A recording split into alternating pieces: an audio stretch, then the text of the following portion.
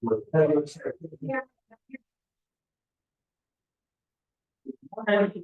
are you? Good, you? I'm well. How are you? Thank you. Thank you for the business card that I did. You're welcome. Went really good. How are things going? They're going really good. They're good. I'm definitely gonna contact you a little bit later about other stuff or like a farming and all that. Yeah. I have some good ideas and stuff. I mean, I got a couple people that come. I mean, definitely like where I work right now is definitely a good place like for a lot of people. As a firefighter? Yeah, exactly. Yeah, my mother-in-law. Good morning. Good morning. Good morning. My mother-in-law, police officer. Sorry. I did. How many years? You working? My country. Just like. For, I want to say, maybe 4 years. He was APD before. Brad? APD. Elena?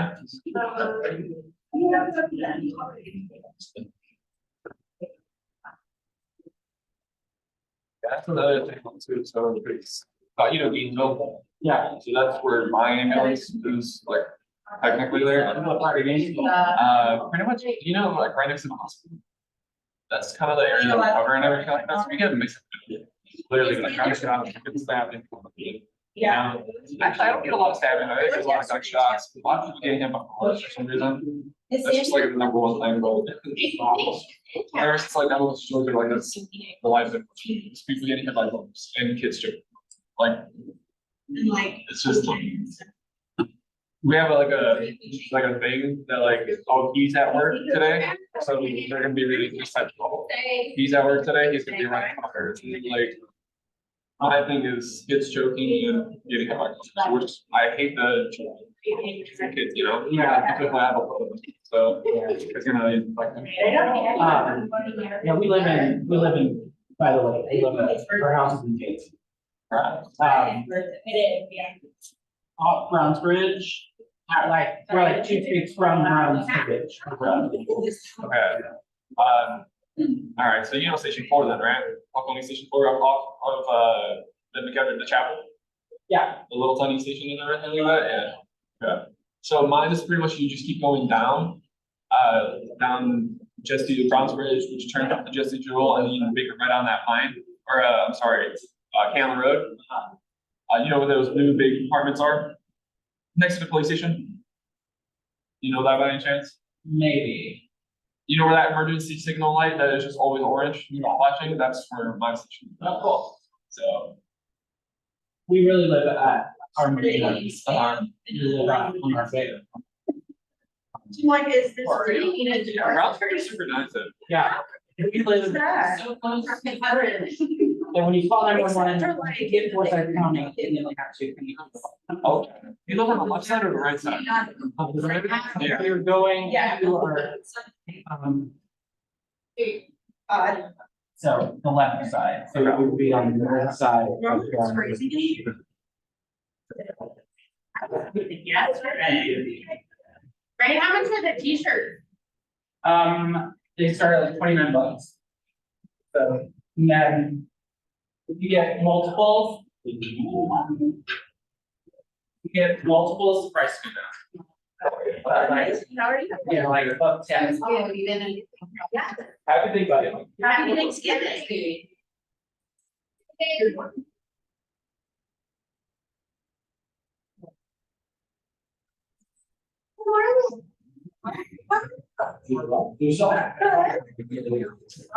Back out the last few details. Yeah. Oh. Yeah. You're seeing it, are you seeing? No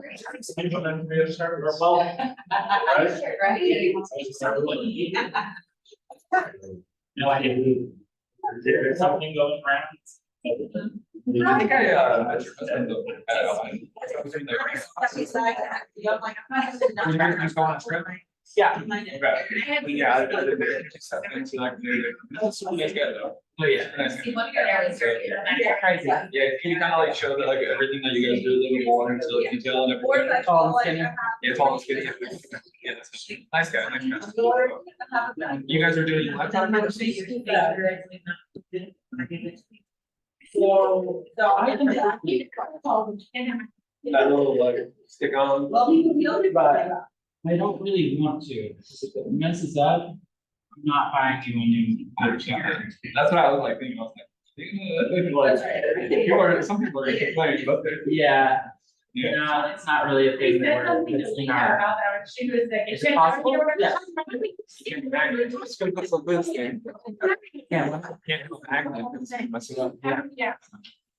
I could run a sticker that would go on there, but it'll mess up in transfer, or be that way forever, it's UV and scary. Do you guys do anything like, somebody mentioned something about like, you guys have something that's really like, choose a neighborhood, you could send out just like to everybody? We can do all that for you. We can help you evaluate the neighborhood.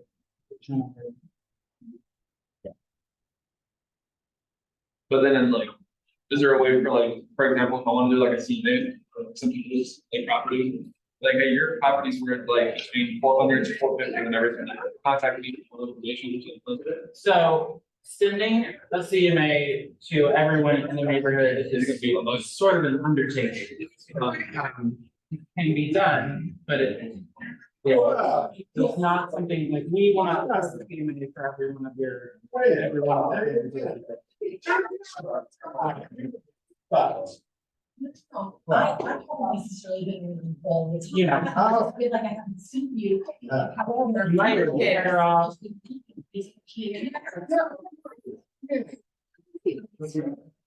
It could be done, but it's a lot. It's not something that we can easily recognize, because they're not all the same pages. And stuff like that. Good, yeah, yeah. What about? What's up, Bobby? All right. Good, Dad. hey. Good to see you. Good to see you.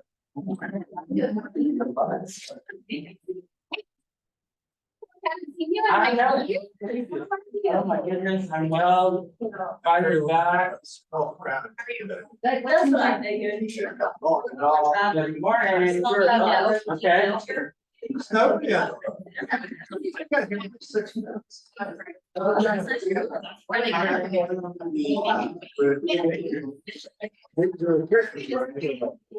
It's for you to remember to wear your Christmas card. Yes. You can. Designs are in there, just really small. I can send you better pictures of them. But if there's something else you're looking for, we can,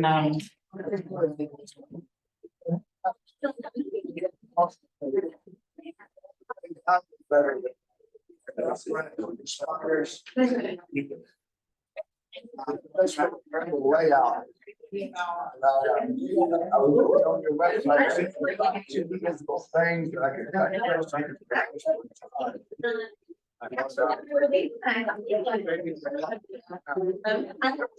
Actually, like the ground.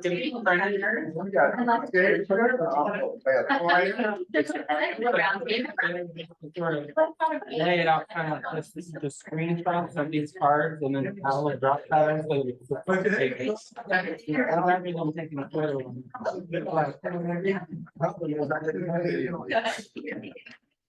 I can give it to you. Just really- Start in the unofficial official team meeting. Right? It's the week of Thanksgiving. We're gonna just kind of chill. We're gonna have some just easy Q&A, any conversations that's pressing, and we're gonna just catch up a little bit. How's that sound? Great. All right, cool. Do what? No, what? Yeah. Sure. No. Happy birthday to you. Happy birthday to you. Happy birthday. Any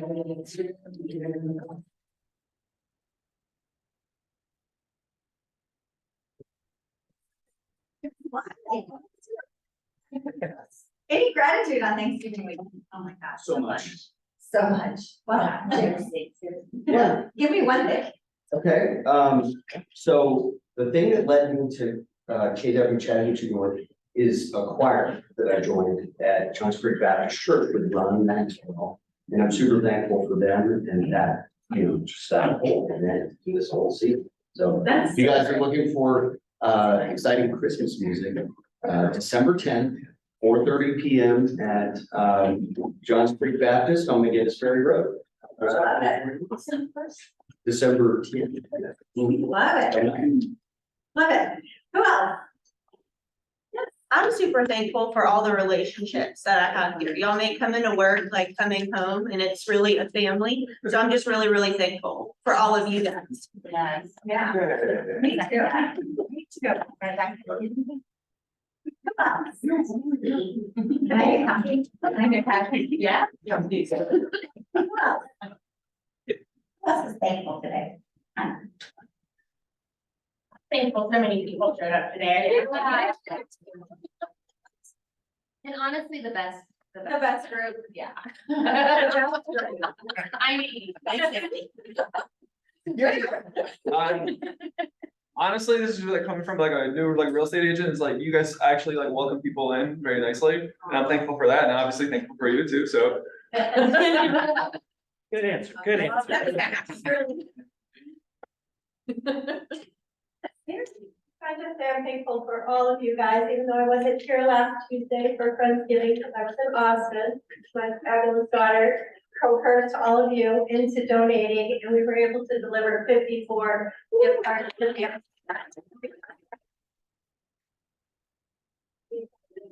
totally down, so thankful. So everything you guys do, it's just amazing, absolutely amazing. So thankful for Nina for coordinating all that, and you guys for all donating. Thank you for doing that. And about giving, right? Yeah. Anybody else? As far as the attendance, I'm thankful, but I'm more surprised and thankful that you guys showed up. And I guess we're thankful that we're not traveling. Because it's gonna be. Today.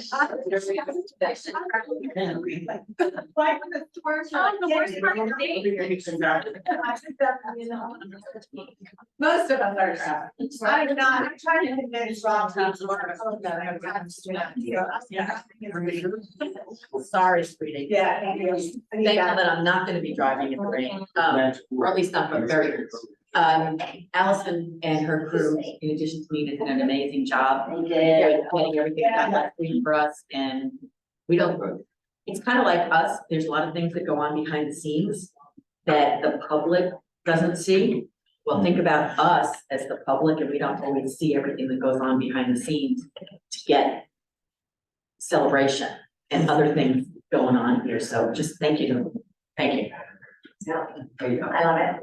Thank you to Jessica and Vanessa for day after day cleaning up and purging and making sure everything's put back together so nicely. Yeah. I thought that was, Allison and the team did a great job setting it up. Vanessa and Jessica, I was working on it for days. You mean we don't have after hour, like Carrie? Yeah, Jessica and Vanessa. Yeah. Yeah, that's a great point, that there are people that actually are here that pour out of themselves to take care of things, right? So that's a great point, that a lot of people don't even notice, so. That's a great thing. It is a great thing. All right, so let's just take care of some housekeeping, some classes that we have coming up. And Good fun list of December activities coming up. You want me to come on up or wait? sure, whatever you want. It's on my face. It's casual. It's on my face, pop up, so I figured I was your turn. Next, I'm first on the housekeeping list, I don't know how to take that. The most important goes first. So what we've got going on, busy December, which we're super excited about. On Monday the 4th, we've got coffee talk with our besties at Onward. And then Wednesday, December 6th, we're super excited to be sponsoring the Christmas party. We do that every year and it is so much fun. So we're really looking forward to celebrating a wonderful year with you guys. Another coffee talk, again, Monday, December 11th, 10 to 11 and onward. On Tuesday, the 12th, we're one of the sponsors for the Ugly Sweater Contest, and Renee does a great job putting that together, but we love to sponsor with that, so go ahead and plan your sweaters now, because contest we take seriously. Wednesday, the 13th, we've got a murder book club, which is super fun, so if you like to read, and you like to read about I'm glad murder. it says book. You would? I'm so glad it says book. It's dual trade. Yeah. Well, there are members that I can't convince to add the word books. But yeah, so this is a book we're reading. If anybody wants to join, grab the book. We always have a lot of fun, a lot of laughs. And honestly, if you don't read, feel free to come. Like half of the book club doesn't actually read anyway. So if you want to Now, wait a minute, we may read, I take exception, we may read, but we may not read the book. Yeah, The book's right. Okay. Just saying. There is one there. And then Thursday, the 14th, I'm teaching a GAR form changes class. So the new changes will come out in January. We'll have that class. It will be CE credit for you guys on the 14th. So plan for that because you obviously want to know your contracts and know those changes coming down. So we're excited to do that. What time on the 14th? Oh, that is a good question. What time is it? It's all day. I think it's 10 to 1. I'm pretty sure it's 10 to 1. Thank you. Not quite all day. I'm not that committed, half of it.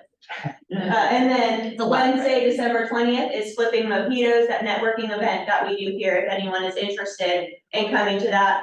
It's fun, it's casual, you meet a lot of real estate professionals in varied categories, so that's a lot of fun. And you guys know that the week of Christmas, we're gonna be doing something fun in our office, because we love a good celebration, so more info to come on that, but it's going to be here during the weeks, so we'll have some fun stuff. Yeah, Joe. Yeah, what time is the Christmas party? Well, I 6.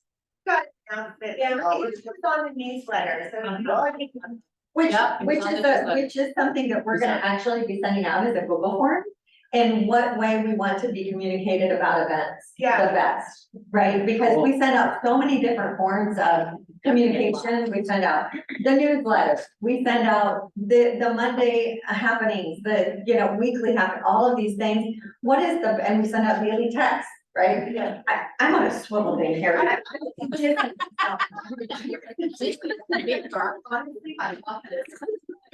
So I think that we really want to be very organized about how we're communicating at a best level. So we're gonna send out a Google form to say, what is the best way that you guys prefer to be communicated? And how are you looking and receiving that? So sidebar. Yeah, perfect. Yeah. But I do have an announcement coming up later, but all the details we're gonna give, it's gonna be so much fun, you're gonna. I can't wait. Yeah, on ugly sweaters, I was at TJ Maxx the other day, and they've got this clean selection of ugly sweaters, if you're looking for any. Which TJ? The one from last corners, Okay, over by the Target, okay. yeah, I saw them, Because they all have different stuff, so. yeah. We gotta know which There was some like legit ugly sweaters in there that I thought were competition worthy, Okay. if you needed a little. Yeah. Well, real quick, my tip that I wanted to give y'all today, we've had a lot of closings in escrow and a lot of frustration surrounding that, so I just wanted to touch base on what that means. And so closing in escrow means that most of what we need to finish the closing has occurred, but we're pending something, whether that is the buyer's money, the lender's money, maybe we're waiting on original documents, because one side did a mail out. Maybe we're waiting on a final approval from the lender. So whatever it is, closing in escrow means you have not closed, okay? So when we talk about closing versus funding, sometimes we can all come in and sign, that's our closing date. So if your contract says today is the closing day, we can all come in and sign, but we might not be able to fund until tomorrow, again, because maybe we're waiting to receive documents, waiting to receive money. So a lot of times investors, those closings are gonna be in escrow, like the Choctaw Trio program that y'all have heard about, that is always gonna close in escrow and fund the next day. So that means your seller's money does not go out until we are funding. Because if I don't have all the money, or if I don't have the paperwork, if I'm missing something, I can't say closing is done and send that money. I can't send a fully signed settlement statement, because the whole point of that document is to say your closing is officially done. So if your closing is not officially done, because I haven't funded, then I can't give you proof that it's officially done, right? So just kind of keep that in mind when you're talking about mail outs, when we're talking about anything that says closing in escrow, your seller's not gonna get their money until we have funded it. And I've had a couple people say, well, our contract says closing is today, so if we're not funding until tomorrow, then the other side's in breach of contract. No, because when you come in and signed, both sides have signed an escrow agreement, because we can't just willy-nilly decide when we're gonna fund it. We have to have the party's authorization to hold everything in escrow. And so that agreement is gonna say, as long as we receive whatever we're pending by XYZ date, your documents are good.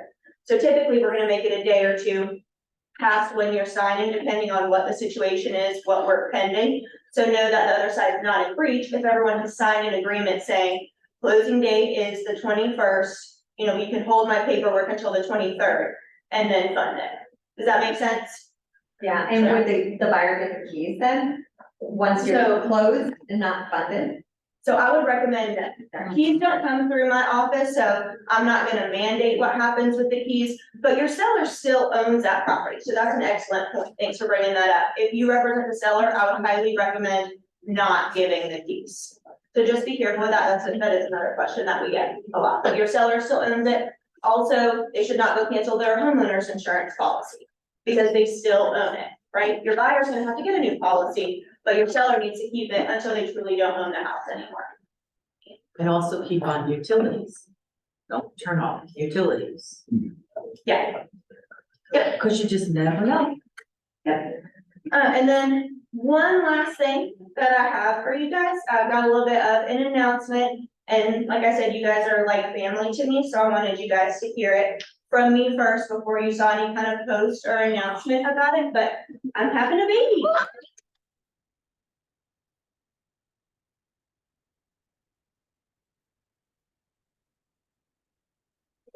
In May, so we've still got some time, but I've not told my granny yet, so don't put anything on Facebook. I have told. But I wanted you guys to hear it from me.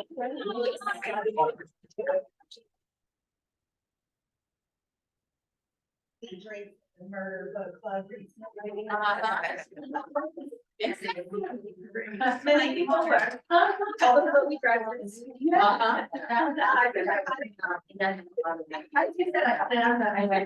I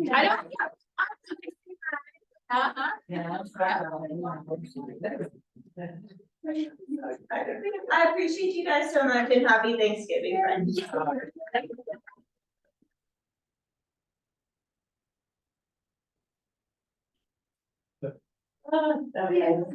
good. We follow that. I know. Yeah, no kidding. Yeah, that was a mic drop.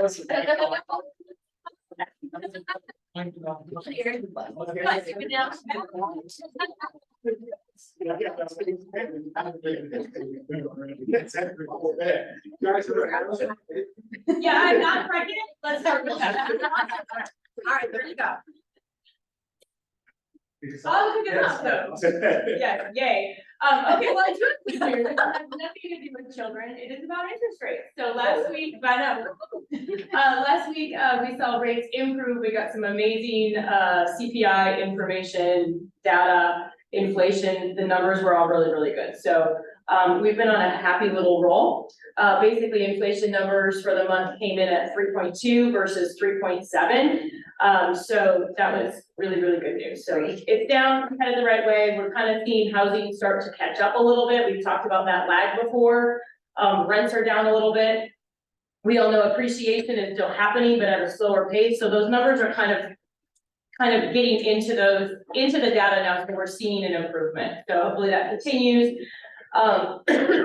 We'll see, you know, as far as economy goes, retail sales and stuff, they'll be watching that the next coming month. We know credit card debt is very, very high. So it'll be interesting to see how that comes. I think we'll probably see a slightly softer year than last year, but we'll see. But anyway, rates are at about what, 3.75, 7 point.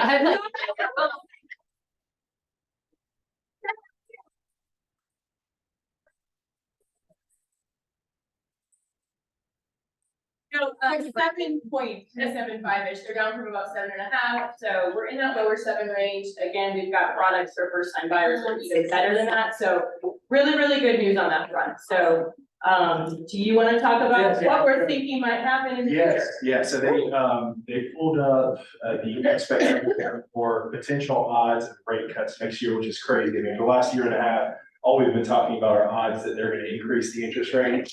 Then the last 2 months, ultimately the Fed said we're holding steady. Now we're talking about Fed rate cuts next year. So these are the odds that the Fed is gonna cut the interest rates from December of this year until December of next year.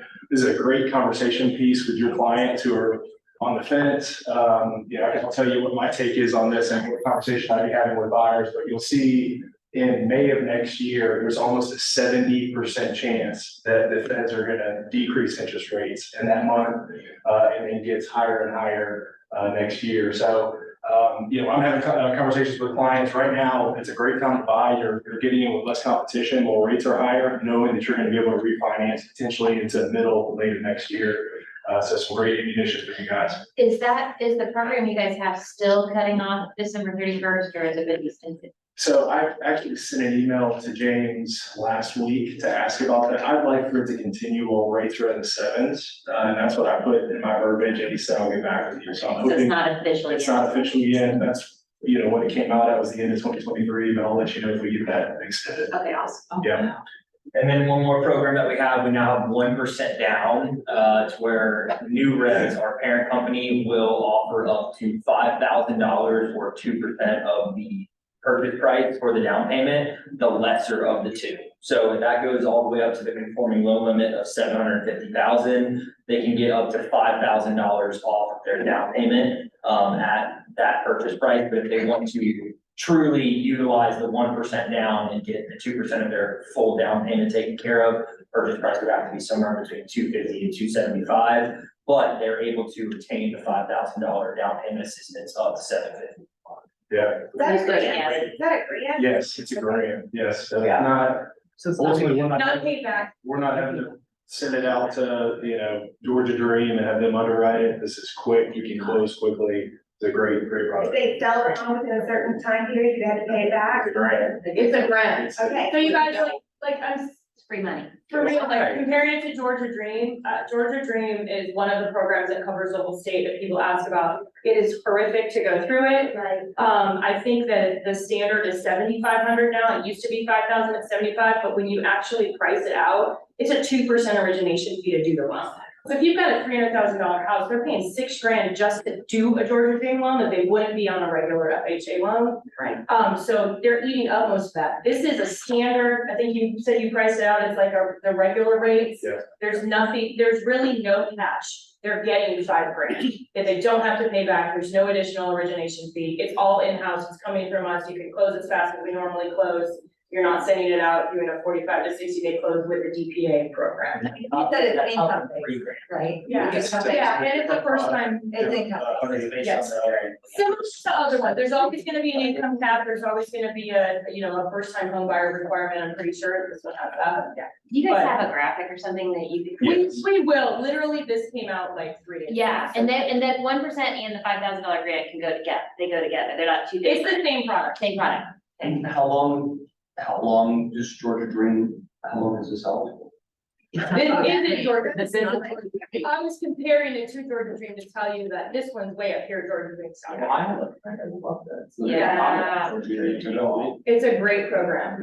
And you have to qualify just like Georgia Dream. It's under 80% AMI for the area, but it's not like Borrow Smart where it has to be Metro Atlanta. It's just for that particular part of the state. So income cap's gonna be in the higher 60s, I think, the 80% of AMI. For Atlanta, it's usually around 60, I think that's like 68 or so. 80% that rent, I feel like 80 something. Yeah. It's 140, it's 144. Yeah, I If think you they're do it that way, I think you're at $82,000 just to cap. Okay. And What is the area mean. No, I think the AMI is. And so for this area, it's 144,000.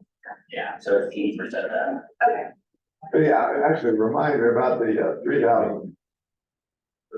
The 3,000 smart bar program, and that together, just so we see it in the same email, would be very helpful. Yeah. Tracking. Sure. Yeah.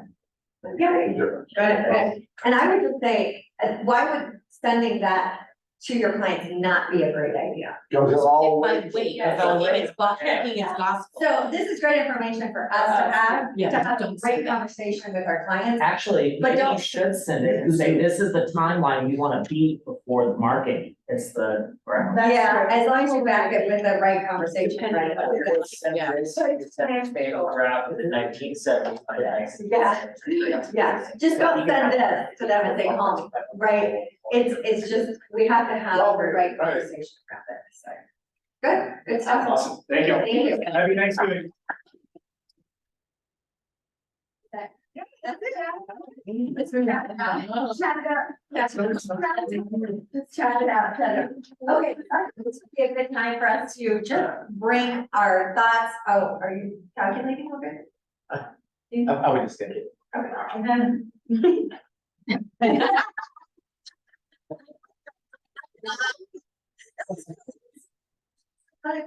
I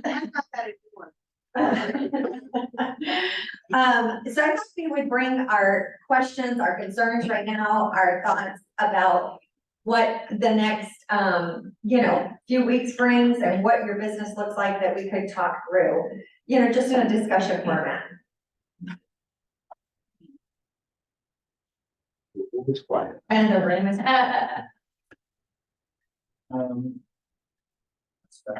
You mean just with what's going on with the market? Just, what are your biggest concerns? Like, what are your biggest concerns or struggles right now that we can discuss as a group to help us get through the next few of the year?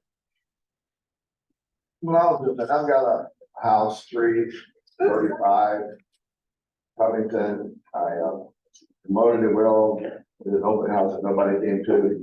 I reverse prospected and we gave a 2-1 buy down to try to make it even better. Nobody took it, so on that, so we just dropped the price. 10 grand.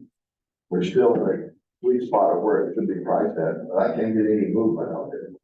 What other things could I do to get some movement out? What side of town is that in? Covington. It's only 2 years old, so it's almost like a brand new house. No, I looked at your listing and the only thing that I can see that you might potentially do is it looked like the photos might not have been professional. So Oh, maybe. great. I thought the price was good. I mean, they were good photos for what they are. I just think it's slow, to be honest. Yeah. Well, it was Kim Adair had a broker tour last week and she was dealing with the same thing. Wasn't it Kim that talked about her broker tour? She was dealing with the same thing. She had a listing that wasn't moving. She Yeah, wanted. that's huge, oh, this is over $300,000. Oh, no, but it was the same situation, right? There you go, 300,000. But it was still the same issue, right? She had a listing that wasn't moving and had no showing, so she did a broker tour and she had explained to her sellers that they probably needed to be priced differently, right? It always comes down to price. No matter what market we're in, it's always price. Yeah, price. And so she had a whole bunch of agents come through and gave feedback on what the price should be and shared that with the seller. And the seller said, well, who are these agents? And she said, they're from right here, this area. And so they dropped it substantially. And then they got, I think she did 5 offers. Wow. 25,000. 25,000. Oh. But it's 800,000.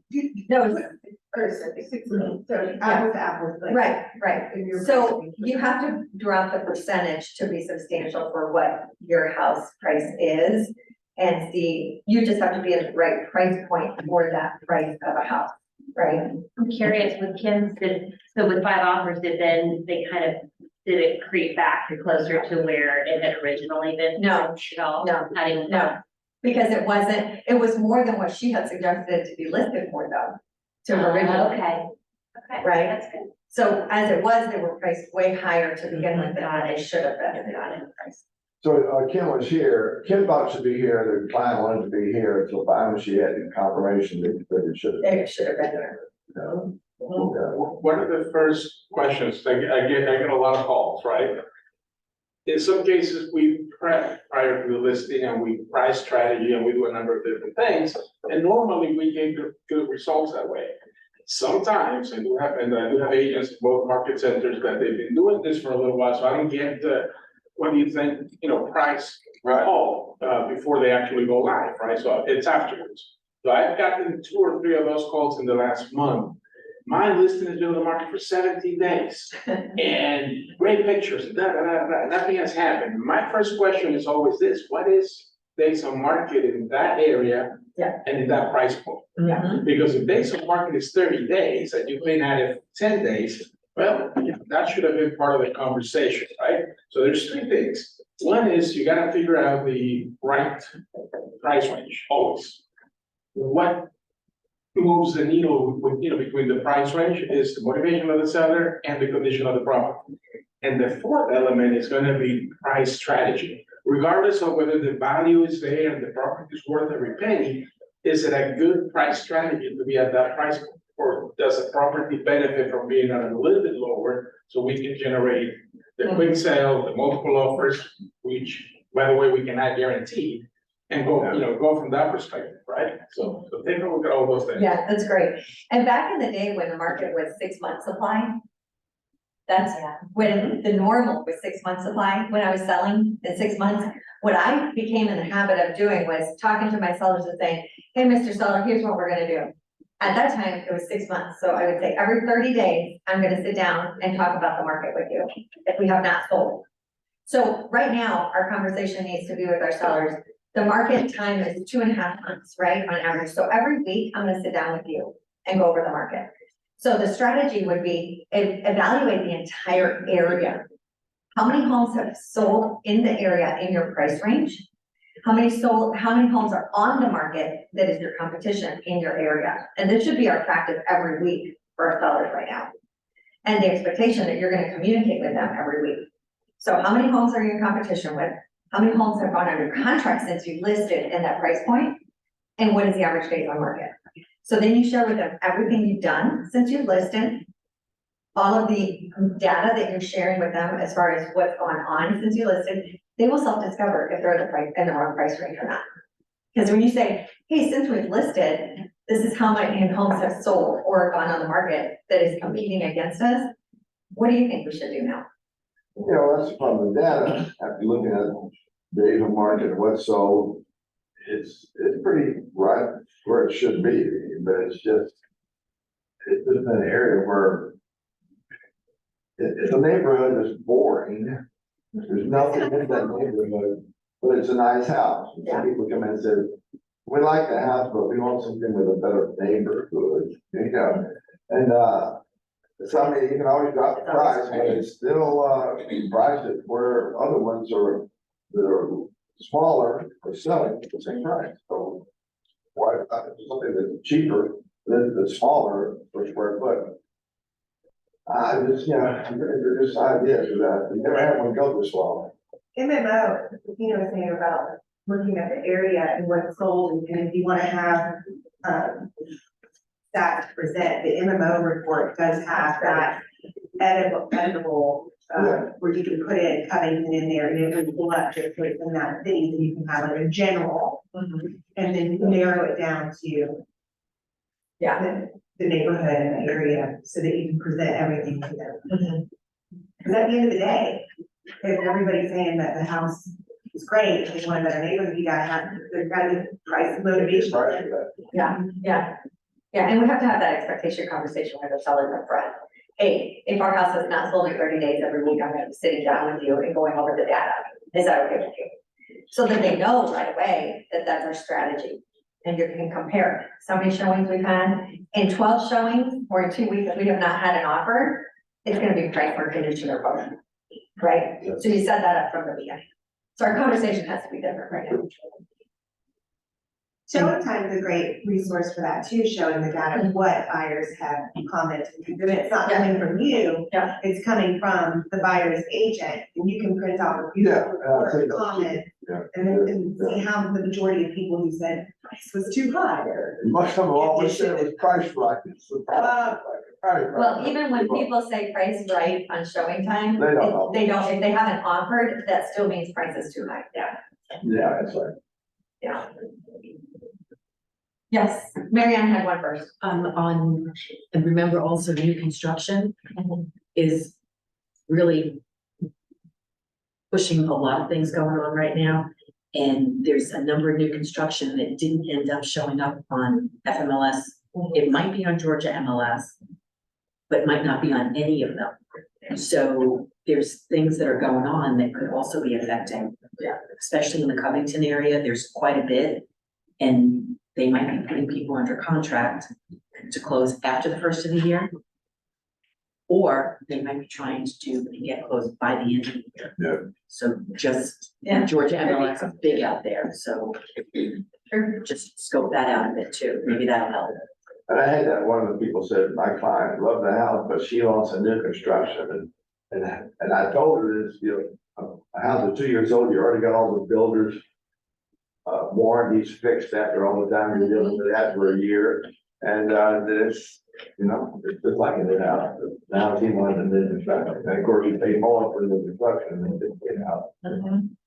This one of those odd ball about. What makes your thought? Yeah, so we all know that listings are pretty hard to come by, especially right now. I'm curious as to the situations we get in, because we're not gonna walk from that listing if we can sign it. Let's face it, if we gotta sign a little bit higher, we're gonna take it.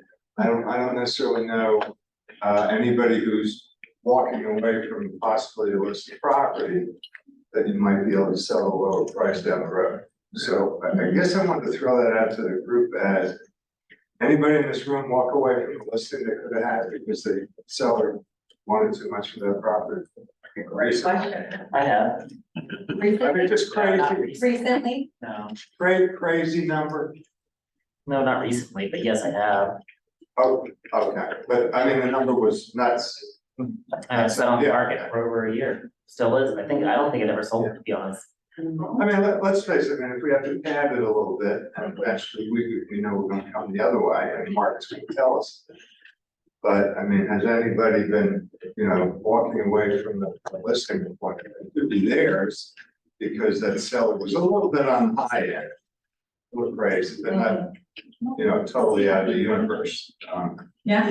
Just curious. Okay, have you done it? I have not thankfully been in that situation, but for other reasons, there's a neighbor that I will not get involved with.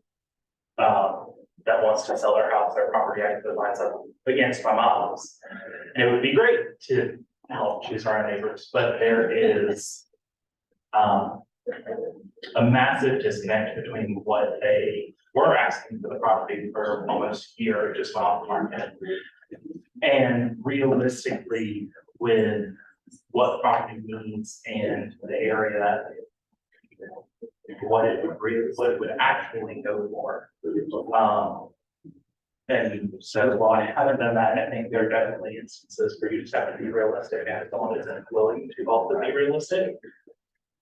It sucks, because we all want the listings, we all want the business, we just have to walk away and understand that that's not a situation that's going to be. Just literally shooting stuff, I totally forgot about it, because it's out of my mind. I sent him a CMA, he wanted to go $75,000 or $80,000 over what his home's worth.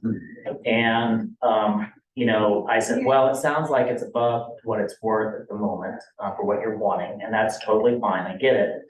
I said, let me do this, let me send you a CMA so you can see where you're actually at the moment. And all you have to do is just play the waiting game. So if you want to wait, if you're okay with waiting, 4 or 5 years for that number to roll around, you'll get that. Right. You'll get there and then you can go. But I said, if you're thinking that you maybe want to relocate to somewhere, because he had mentioned he didn't want to be in all this busyness of Atlanta that he was hating. I said, then let's talk and see what we can get you. And that way you can get to a much better place that you want to be at. How much do you owe? And he goes, I don't owe anything. And I said, so you're walking away with a nice, $270,000 still. And I said, why do you want the 350 number? What's so special about the 350? Why that? Right. And so anyways, he said okay to the CMA. So what I'm gonna do is actually, I think it's probably on my agenda for Thanksgiving week to come just follow up and say, hey, just following up, how you doing? Happy Thanksgiving. Yeah. We'll see. Happy Thanksgiving. That's it. I think that's it. It's asking. Oh, you'll take it? Is that what he said? No, that's not what he said. I think that's a great way of saying it, is why is that number important? I think sometimes we forget to ask the seller, why do you need that number?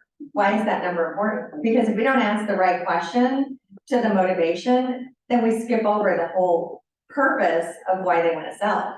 So I think that's the first and foremost question that we need to go to, and I think you handled that really, really well. We'll see. We'll see. I did turn another one down, so I've been chasing this client for a long time, and his wife is a real estate agent, he's a pretty prominent real estate agent, and, Wait, you're chasing a client that his wife is an agent? I think he said he's chasing his wife. Oh.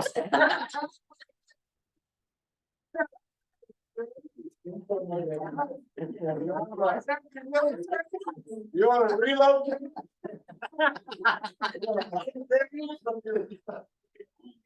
So, anyway, they've got this, home has been vacant for a long time, right? And it's gorgeous. And, finally, his wife, he decides to meet with me, and I've got the comps, and I'm showing them the house is worth this much money, and I said, look, I'll do this house for you for just 2 points, because you're a real estate agent, because I want to get another house that they want to sell. I said, I'll work with you on this, because she didn't want to deal with it as an agent. And, we met, and, she said, oh, the house is worth 800,000. I said, here's all the reasons it's not. And no matter what I said, she would not believe it. She's the agent? She's the agent. And she said, no, and she looks at me and did, so she was very confident that this house is worth more. And no matter what I showed her and all the comps, that it would never sell for that, she still wanted to get. Did you ask her to show you how that road? How you got to? And the third thing I said, look, here's what I'll do. I will pay $500 for a pre-listing, appraisal. And we can price slightly above that if you want to. I'll put all that trouble for you, and I'll do it for 2 points, and I'll do all this promotion. No, the agents are gonna come in, the appraiser is gonna be too low, because I know this house is worth so much more. So I finally just had to say, okay, you sit on it, because it's not gonna sell. But did she ever show you data to back up that number? No, it was just, I know this house is worth more. I know this house is so. Okay, I'm just waiting So for that that right. answers your question is that sometimes you can't, It's wrong. I always say, you can't rationalize with stupid, right? Yeah. I mean, you cannot negotiate stupid. And I'm an agent. I'm very. Yeah, well, that doesn't mean, it doesn't mean that you don't even more. Doesn't mean it.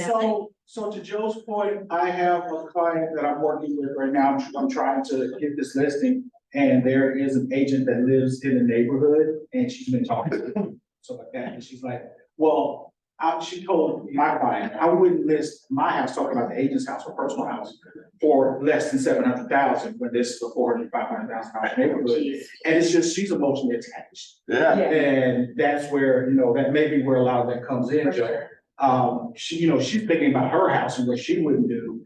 And, the emotional attachment, I'm like that, I'm trying to get across to her, that has nothing to do with your house. Your house is not going to sell for what she thinks hers is, and when hers doesn't sell, both of you will be the same, but looking at each other. So. Yeah.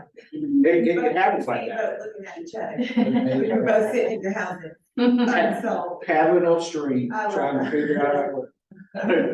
But I think, we all have to make business decisions to answer your question at that point. Is if we've asked the right questions and if we have the right data, you have to make a business decision, right? To say, is this gonna be worth my time, my money, my effort to deal with an unrealistic seller or client that if this house does not sell? If you've already, if you put data in the listing agreement that says within a certain amount of time, we will adjust the price to my number that we just discussed, absolutely, we'll test drive this for 2 weeks. Right, 2 weekends. A lot of times you can go 2 weekends because that's like the magic place. Well, and here's something else too, if you're the agent, that if you ask all the right questions, have all the data, and you still walk away and don't work with them. If they listed and sits on the market for forever, they're not happy with the other agent, you then are the person that was honest with them. Yeah. From the job. Yeah. And yeah, they might list with someone else, it might sell, it might not, but is that experience going to be as positive as it would have been had they started from like the lower price? whatever it is, Yeah. versus having to go through all of the turmoil of fighting with the other agent to maintain their price. You're right. I always, Maintaining that relationship by walking away, right. preserving it. I always like to say, on a scale of 1 to 10, how honest do you want me to be? When I'm at that listing, right? You need to say, on a scale of 1 to 10, how honest do you want me to be? So when they ask you, well, what's the price point? Okay, well, you told me you want to be a 10 on honesty. This is the time that you want, that I'm gonna show up as honest. And I'm not here to tell you the good news, just to get your listing. I'm here to be honest with you, right? So that's how we phrase things to make sure that we get that good experience as well. I love that, and I love, so 2 big nuggets of conversation with, let's test drive that. I love that, right? Because it's not committal. You're not buying it, let's test drive and see how, I love that. And then how honest do you want me to be? And then tell me more about that. Because that's gonna give the client the feeling that you're concerned about, not just selling the house, but concerned about what their motive, what they want, what their motivations are, without being committal. I love that, let's test drive that, and tell me more about that. And how did you come to that number? Question. That was a big takeaway, like, write that down, use it. Yeah, and that goes to what skill do we need going into 2024 to level up our game, to level up our business? Individual, what skill do you know is on your growth plan, is on our growth plan to increase our business or to get more time? It's usually time or money, right? That we need more of. So what is a skill on your growth plan for 2024 that you need to implement? Anybody want to share?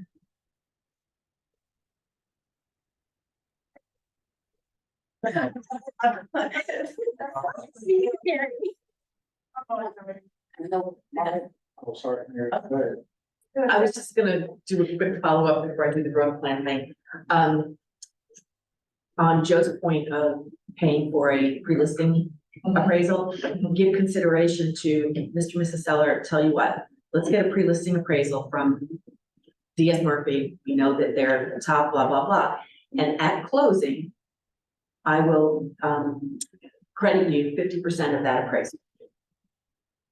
So in other words, they've got a little skin in the game. You've got a bunch of skin in the game for your photography, your marketing, your time and everything else. And they know that you're serious as a professional and you're not coming out with even more money. And that's another special step in the listing agreement that goes ahead and make sure it goes on your closing, your commission agreement, of course. But that along with the test driving and price reductions already in the listing agreement, so they don't have to sign anything again. And those have been very successful over the years, especially when we came out of crash time. Yeah, but I have just kind of taken the path of eating that $500. That shows them that I'm committed to them, rather than say, you give me some money at closing table. But Yeah, but if you're paying $500 for an appraisal, I mean, they haven't even agreed to list with you. oh, no, it's all they put there, they agree to listen. Oh. You can listen. That's gonna tell us what price you're gonna go at. Got it. Then That's I, after then it's not agreed just upon. my CMA, it's. Right, and the purpose of an appraisal is to list at or below that appraised value. It's not to list over. Because DS Murphy, for instance, will fight or dispute an appraisal from a lender when it's priced at or below their appraised value. Now, this is, Well, like, you're saying, So I'm just giving out some thoughts and ideas Right. on how you can possibly handle it. but you're saying you wouldn't price it slightly above the DS Murphy? Absolutely not. Why not? Because they've come in and told you what the house is gonna appraise for, so why am I gonna price it above what the value Because is? every appraiser is gonna be different So now. use it as a tool. If you really want to use it as a tool, then you say under appraised value. Then that's that's part of it. Thanks, Enrique. So again, and since we're, suggestions and masterminding, we're all gonna have different ways that we wanna do business. But why are you gonna to me, I don't see the sense in getting an appraisal and not utilizing it to the very best, including being able to say it's priced below or priced at or whatever. The whole idea is you want to get it sold, you don't want it to sit. And as a professional, you're giving your value of this is how business works, and this is how the lenders work. They're not gonna give more than give a buyer more unless the buyer wants to come to closing. And those days are over right now. Yeah, if we were still in the market of multiple offers where you're paying above and then appraisal waiver, then you. That's different. But we're not in that market. We're not there anymore. Yeah. Rachel, my growth plan, so. Sorry. Well, that's okay. Reading at least one business book a month, and then I need to consistently get back into practicing my conversations. I did before, and then I kind of fell off of it, and now starting to get back into it. I love that. How are you practicing your conversation? I do in Tyler's Call, and then now in Bold, we have an accountability partner, so I've been, doing that separately as well. Love it. Who else here practices their conversations every day? The mirror on live. Oh, you said it now? Well, the mirror is not gonna give you objections. That's right, I always win against the mirror. Yeah.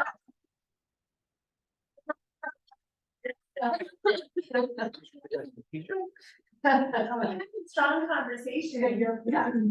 Yeah. It will always lead to more business. Always lead to more business. That's the takeaway right there. Having strong conversations will always lead to more business. Does your 2024 business plan include more business than this year? Yes. Okay, then should we practice our conversations? Okay. I mean, conversations with sellers, conversations for, open houses. You hear me say this all the time. I think open houses are just the best way to meet people. Oh, yeah. To meet people that have raised their hand and said, I'm interested in buying or selling. But if you don't have the conversation to close them, then they're just looking at the house and you're just holding it, you're just spending your 2 hours in a house on a Sunday when you could be doing something with your family. You have to have, you need to know how to articulate and close those people as they come in and ask the questions, all about the questions. And in those questions, you're qualifying them and proving your knowledge of the market and then the tie down, the close. So this house didn't work for you, but I know that there's one down the street and I think that that one has a great backyard. Are you available today at 3 o'clock to see it? Or tomorrow? So it's the close, the conversations to get the open house leads that come in or closing for the price. You know, in my head, I love appraised value conversations, but a lot of times the buyer paying the appraisal. Sometimes the appraisal can't come in higher, but the market, the buyers that are coming through, maybe they're not living the same place. That's a conversation. So, in setting expectations is always about conversation. Yeah. I'm gonna take that, the test drive one. But I don't know. I like that. Like, okay, you want this price. We all know that we go on a test drive, we might not buy that car. You're not committing to that sales price, you're just test driving it. I love it. It's a mental vision. It's a mental shift, yeah. Yeah, and we have different options for conversation times, right? We have Tyler's conversation in the morning every day, Monday through Friday. And we also have another one that I learned my conversations on. If anybody wants to be part of that, you can let me know. I'll send you the link. It's called Game Show. And Carrie loved it when she was my coaching client. I stuck with her. That's all I have to say. That's it. It might sweat. You might sweat a little. It makes you uncomfortable and it makes you great, right? Just a paid program? Nope, it's just on Zoom. So it makes you uncomfortable and then it makes you great. Yes. It makes you great. So if you want that, let me know. There's also Early Birds, which is a morning call at 6:30 a.m. You can listen to the recording, so if you want to get up at 6:30, you can even join in and participate. And let me tell you, those are hardcore conversations, but they will light so many bulbs you didn't even know you had. Or, yeah. I haven't heard of that. Oh, you'll like that. They are top notch. Stage to talk, right? Huh? Be invited up on stage to talk, not everyone can talk, right? It's correct, you do have to be invited up, but they also let you just jump up there, but once they're full, you know, and not everybody jumps up, most people just listen. Because it's, you kind of do feel embarrassed, because they'll interrupt you and they'll say, stop, that's not, we've already done that, or, you know, they'll interrupt you, because they want you to stay focused. You can't go in there and be just half asleep, like, they want you to be aware and ready to go, yeah. I love that. Ellie and Lee are really. Yeah, and it's free, they don't And it's charge free. or anything, it's just Yeah, a morning mastermind call for script practice. yeah. And there's another one, it's Recon. It's called Recon.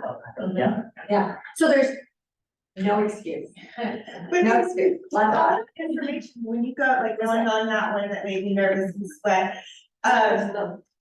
But taking them down, writing them down, and then practicing with someone, because you're gonna get a lot of information, a lot of in there, and you might have to be shoot it out real quick when you're in whatever it's called, game show.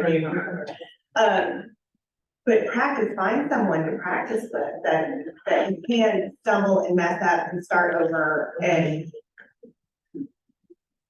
perfect the skill. Yeah, that's right, that's right. And why I love these options is because it's not the same person all the time. Because once you have the same partner, I'm gonna know exactly what she's gonna say. I'm gonna know her tonality. I'm gonna know what she's gonna say back to me. I'm gonna know what I can get away with. On a room of people, on a Zoom call, you're not gonna know what they're gonna say for the most part, right? So you have to be sharp, you have to be ready, you have to be skilled. And if you really wanna improve your skill on what your conversations look like, and I like the word conversation versus script, because the funny thing is, I've had scripts of my own, they just weren't good. Is that true that we all have scripts of our own? They just they might not be the ones that are converting your business. So I had scripts all day long. I mean, I just was using them all day long. I just wasn't using them to convert business because they weren't the qualified ones. They weren't effective ones. So once I got into the effective conversations with the right people to elevate my game, to get really skilled at it, that's when everything changed for me. Yeah, it made me cry. It made me sweat. It made all the things. And then I really started growing. So, yeah, so that's something, I love that Rachel brought that up. I just went on a whole tangent. But that's what, because I'm so passionate about it. Because it will change, and it also increases your confidence. Because when you know what to say, your confidence is a whole nother level.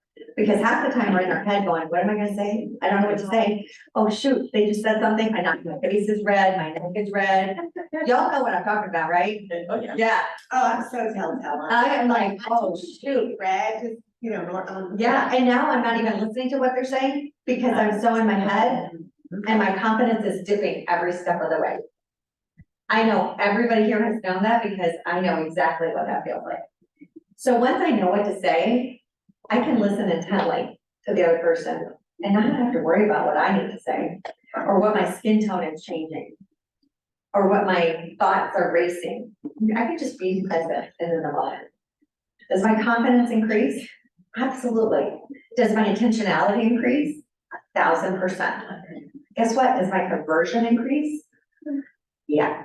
Those hard conversations with sellers that say, I'm gonna sell my house at 800 in a $500,000 neighborhood. Yeah. When you can have that conversation effectively and ask the right question. Yeah, it changes everything. You're gonna get that listing at the right price. That's right.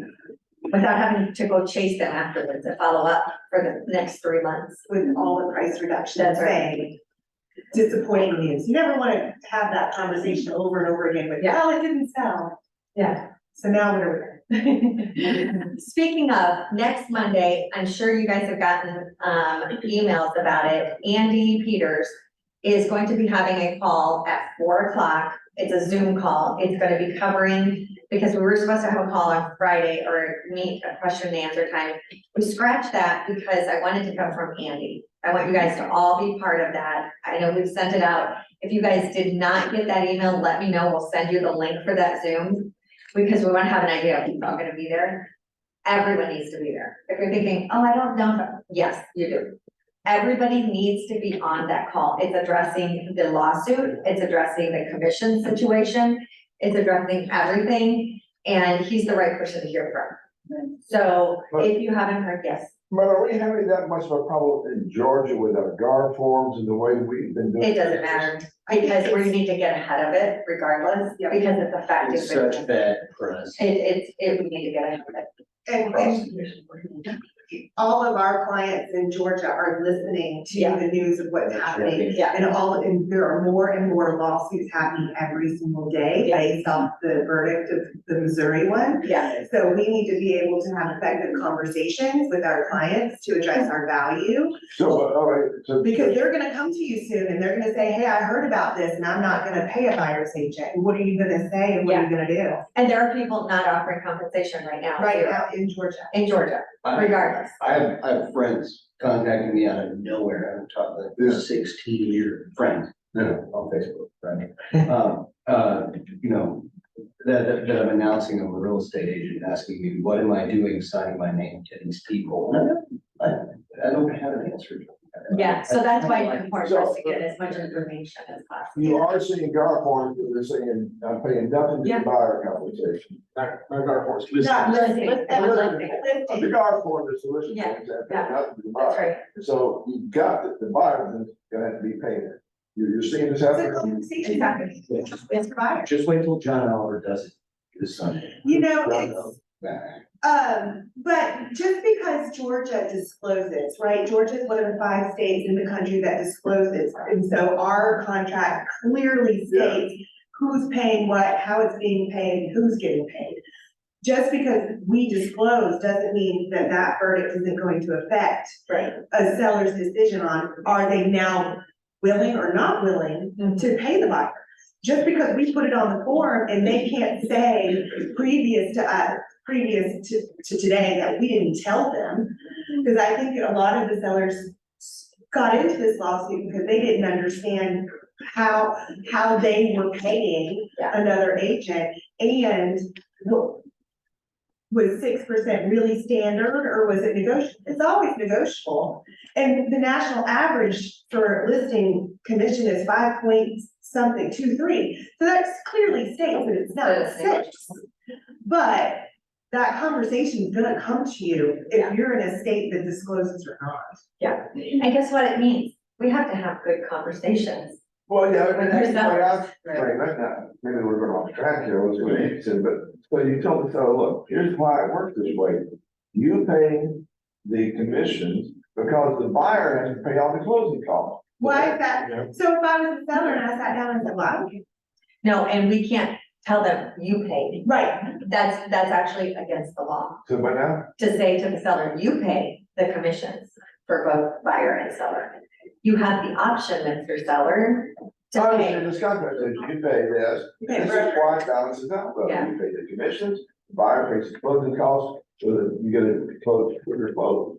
That's just the way I kind of frame it. and that's been a good conversation to have, but I promise you that that conversation is gonna get a lot more difficult. It's gonna get- And you're gonna need to have a different conversation. First of all, we have to have our strong value, not to interrupt you, but we have to know what our value is with both our sellers and our buyers. We have to be able to say, this is why it's important that you work with a Realtor, right? And why we are backed by the National Association of Realtors to work with you and represent you. And this is why you're hiring us to represent you. And to be able to have the conversation with the sellers, to be able to explain to them why it's important for them to offer a commission is the best way to handle it, right? Because if we have more sellers paying the buyer commission, it still protects the buyers. They can't pay, right? They're gonna have more visibility. Yeah, I mean, the downside is the buyer's not gonna be able to pay the 3% commission there Right. and plus the closing Right. costs. That's a stronger. That's Still, the stronger that's what conversation, I'm saying, Right. that's the reason you have the Right. conversation. right? Yeah, all right, that's what- Yeah, but it has to be framed as, Mr. Speller, your position is that it's negotiable, right? You actually can choose not to pay the buyer compensation. But here's why you gotta. But here are your options. Yeah. The 3 houses down the street actually are offering a compensation to the buyers. So do you want to be in competition against those that are offering, or would you like to be one that doesn't? That is one of the best ones. That's great. That's a good one. Significantly reduce, right? Right, is You're yeah. gonna significantly reduce the buyer pool that The buyer pool. that is going to see your listing. Yeah. Because it's only gonna be the ones that can. Go for it. Yeah. Yeah. Well, you're making your house 3% more expensive than those other houses. That's right. That's a great way to put that down too. Well, 3% more expensive and actually unaffordable to those that can't live there. So it's actually much less affordable to. Hi, Stephen. I wanna chime in. I wanna chime in if I can. Yes, ma'am. On that, I feel like, because most of my deals I've closed have come from the buyer's side. And I truly feel like without the buyer, there would be no closing. I feel like the buyer is the one who brings the money to the table. So we're saying the seller is paying this and the buyer is paying that, but it's really the buyer's money. And then all the things that need to be addressed are getting addressed. So going back to Joe saying that you're paying seller, you don't want to pay the buyer's agent, to me is like a moot point, because without the buyer's money, there would be no closing happening. And that's what I want to say. And that's a way to look at it. That's a good point. Good point. It's a different perspective. That's good. Let me add Yeah. something to that. When these changes, see, the commission has never been set at 6%. It never has, right? And conversely, because of that, you could have commissions that are less than 6%. One of your peers, you know, I was reviewing his contract the other day, comes to me and says, guess what they're paying in commission for that property? And I said, well, what are they paying in commission for that property? He's getting 3%. The total commission was 8%. So that listing agent is getting 5%, right? And he made it sound like, oh my goodness, you know, look at all the money that she's making. I said, well, she sold her value somehow. That's right. And that listing, that seller was willing to pay 8% for her services. So it is about your value proposition. This is what I charge. You know, we should get away from saying my company, my office, my broker. This is what I charge for my services, and this is what you're gonna get. And look how many times we've probably been contacted by EXP people, and they're all saying, you're gonna get 4%. You're gonna go in, you're gonna get 4% because of all the great things that EXP does. And it's like, how you gonna sell that just because you're EXP, that you're gonna get 4% on your end and 3%? But it boils down to value, right? People, it's perception of value what people actually pay for. But that's one good reason why there is no fixed commission. Right. We have. So imagine if we actually made more because of this. Yeah. Imagine if your value is so great that you actually make more commission than you did before. Well, what would your value have to be for you to make more than whatever it is that you made before? You have to really be you're really doing some big numbers and, Well, you have to actually have a great value. yeah. So what would your value need to be for you to make more than you did this past year in 2024? To be able to require or ask for a higher percentage? Just a question. Yes, So, I use a menu. there you go. I know a lot of people do too. I've stolen it from out of that code. Probably one of my coaches along the way, but so it has 3 levels to it. Uh-huh. And you can frame it any way you want. If you want to go 4, 5, 6%, here's what you get for 4, here's what you get for 5, here's what you get for 6. And you can frame that any way you want. Yeah. And it really, I bring it out right as we sit down. Here are my services. Yeah. This is what I charge, and it's out of the conversation. That's great. You can tell by all my listings up there, it works almost every time. That's a joke. But it really gets you to another level. This is what I charge. And forget industry standard, anything else. It's really a great let's get past this and talk about important stuff. Yeah. And when you do that, the question at the end has to be, what is it that you don't want me to do for you? Yeah, I mean, how much? But let me change that a little bit, because you're saying 6, 5, and 4, what if it was? No, I just said, I'm just saying, No, it could be anything you wanted. Exactly. Yeah, and again, the 4 is stick the sign in the yard, put it in the house, or the 3 or the 2. Again, it all depends on the situation, so you can frame that any way you want, depending on how you want to initially write that menu up going in, depending on a lot of situations. But again, it sort of gets away from the, oh, well, so-and-so charges this, so. Yeah. What do you want? How many services you want? Yeah. Right? Yeah, I know a lot of people do that and it works well. You have to be very, very careful with your menu and what is involved in each section.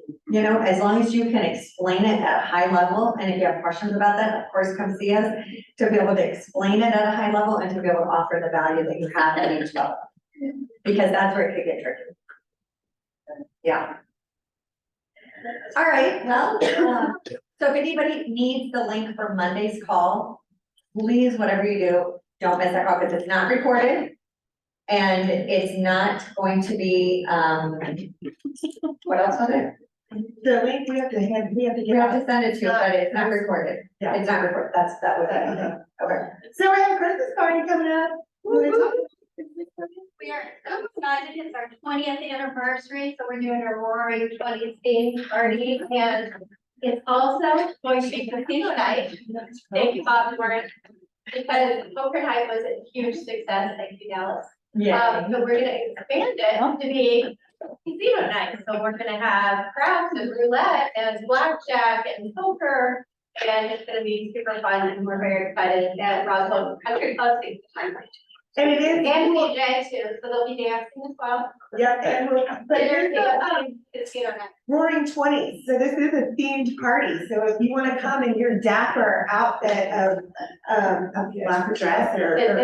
That should say Gatsby, not Gatsby. Sorry.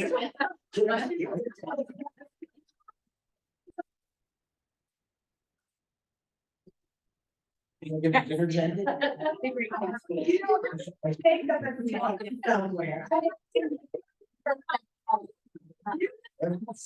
Regular basis that I am using ChatGPT. I did not ChatGPT that word. Yeah. The rest of you can do. Tickets are gonna be available, they're gonna be the same as last year, Yeah. so there's a lot more value, so dinner, dancing, casino night, it's gonna be super fun, $35 a person again. That's not bad then. No, and there will be for whoever the highest winners at casino night, there will be raffle prizes as well, so you won't win real money, but you'll win prizes. So it's gonna be really, really fun, we're really excited about it. And then our holiday season of giving, is already started. We have collected a lot for Cure already, but we are requesting Kroger, Walmart gift cards for Cure and Families First. Again, or you can Venmo any amount to Nina. We will have wish list for Norcross Ministries and Peachtree Farms this year. If you're not familiar with Peachtree Farms, it's a farm in Peachtree Corners actually that empowers differently able people to learn life skills, and it's just a really great organization. And again, these are all right in our backyard, so lots of community support, and you guys can donate, it's appreciated. So. Okay, so get ready. All right. Oh, yeah, that's right. So a couple of things coming up that, Andy and Leslie are coming to town, since we wanted everybody to know about the classes that we're having, that are available and that we're having here as well, so. But I think it's really important for all of us, we've already talked about this, but that round table is gonna be from 1 to 2 next Monday, or whatever the Monday is. Oh, is that the other thing? Yeah, Monday is the 27th, so that's the Zoom call with Andy. Okay, and then this one is the round table with, Thursday. With, Andy does, he interviews agents around the country. And then, Aubrey's, teaching Quantum Leap on December 8th. in, North Atlanta. Who's been at Funnel before? You know, they always offer it for the young adults, and I've always said it came down for us active adults.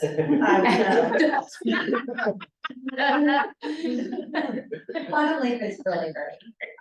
It's more about, it's about life skills, it's about potential, it's about those kind of things. It's really fantastic. And of course, if it's Aubrey, it's gonna be worth it, so. And then here at our market center, Leslie's teaching the 411 in time management. Jan, I know you're on the call. You were looking for that class coming soon. So for the 411, I promise you it'll be a lot better than when I taught it a couple of weeks ago. So come and visit with Leslie for the 411 in time management workshop. It was really, Rachel and I took her class last year. I mean, it was so good. And it's 3 hours of PE as well. It's really good. She is just such a natural. She's such a great instructor. And it's CE, everybody, that's a question that I get a lot is what CE classes are coming. It's free. Think that? Good question.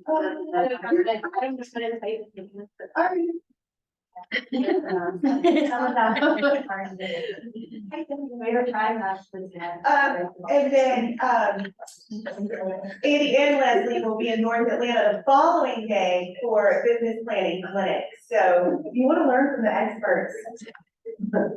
There's a lot of classes, y'all. Yeah. So these are the great ones. And since December is a little slower and quieter usually anyway, this is a great time to kind of jump ahead and do the things that can help you prep up for 2021, especially with the pros.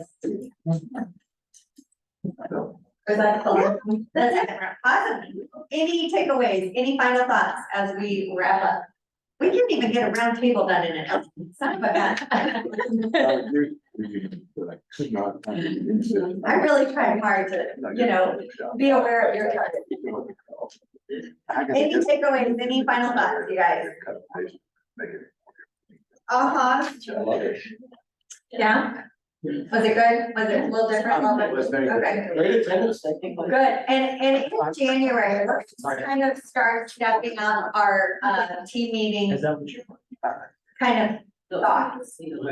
So we're gonna be doing some fun things, we're gonna be doing different things. Kind of, you won't wanna miss things. It's gonna get fun, it's gonna get interesting. It's gonna be something you don't wanna miss. So yeah, if you know of somebody, here's what we're gonna ask. Can we ask a favor? Sure. If you see somebody in the market center that has not been around, that has not come to classes, has not come to team meeting, would you give them a call and say, would you be my guest, my special guest to team meeting? I'm gonna save you a seat. I'm gonna save you a seat. Yeah, for January. I mean, anytime is fine, but especially for January. So if you see somebody that has not been engaged, that has not been part of classes, team meetings, those kind of things, would you please just reach out, even if you make a call to somebody that you don't know or that you haven't seen, just make a call. If every single person that is engaged brought one other person to class or to team meeting, would that help change their life and their business? Because you guys are the leaders. You guys are the top 20%, right? You're the ones that show up all the time. You're the ones that are engaged. What about all the other people that are not? Can you help make a difference in their lives? Right? Okay, y'all. Have a fantastic Thanksgiving. I'm doing. It's so loud.